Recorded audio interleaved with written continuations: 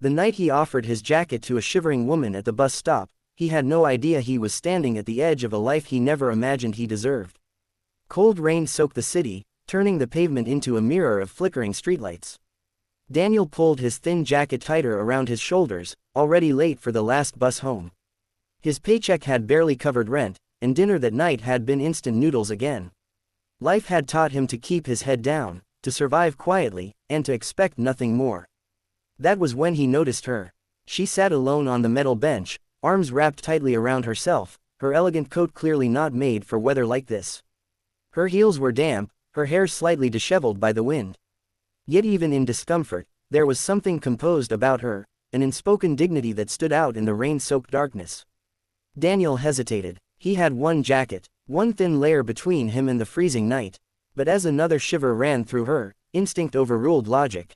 He stepped forward, cleared his throat, and gently held out his jacket.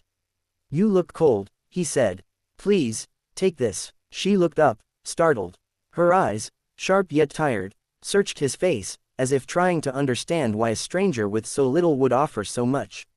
"And you?" she asked. Daniel smiled awkwardly. "I'll survive." After a moment, she accepted it, pulling it around herself. "Thank you," she said softly. "You didn't have to do that." "I know," he replied. "But I wanted to." The bus arrived, splashing water along the curb. They boarded together, sitting across from each other in silence, the city rushing past the fogged-up windows. Something about the quiet felt safe, real. They talked before she got off, about small things at first.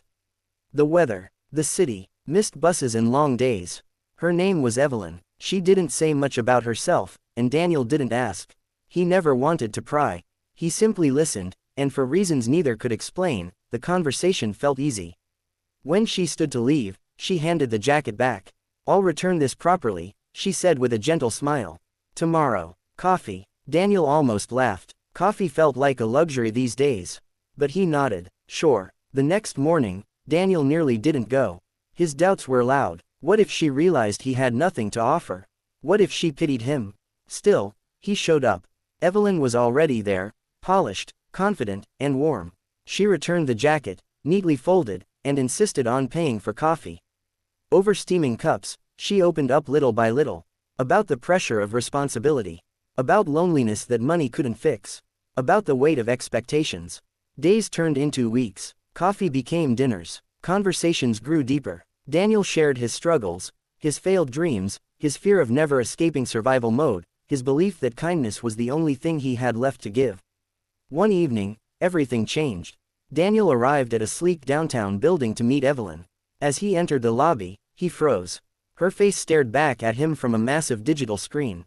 Evelyn Hart, founder, CEO, visionary leader. His chest tightened. When he finally saw her, he couldn't hide his shock. You're a CEO." She nodded slowly. "A millionaire, actually." Silence filled the space between them. Daniel felt small, embarrassed, angry at himself for believing someone like her could truly see someone like him. "I should go," he said quietly. "I don't belong in your world." Evelyn's voice cracked. "Is that really what you think this is about?" She reminded him of the night at the bus stop, of the jacket, of how he didn't ask who she was or what she owned, only whether she was cold. "You saw me," she said. "Not my status, not my success, me." Still, the challenges were real. Daniel struggled with insecurity. Evelyn battled trust. Years of people wanting her money, not her heart. The world judged them relentlessly. Friends warned. Strangers whispered. Doubts crept in, but they chose honesty. Daniel went back to school, encouraged by Evelyn but driven by his own rediscovered confidence. Evelyn learned to slow down, to let someone care for her without fear of being ill. Years later, Daniel stood beside her, not in a bus stop, but on a stage, as she announced a foundation dedicated to helping people rebuild their lives through education and opportunity. In his pocket was that same jacket, now worn, but cherished. Because sometimes, the smallest act of kindness doesn't just warm someone for a night. It changes a life forever. And the world doesn't change through wealth or power alone, but through people who choose to see one another, even in the cold.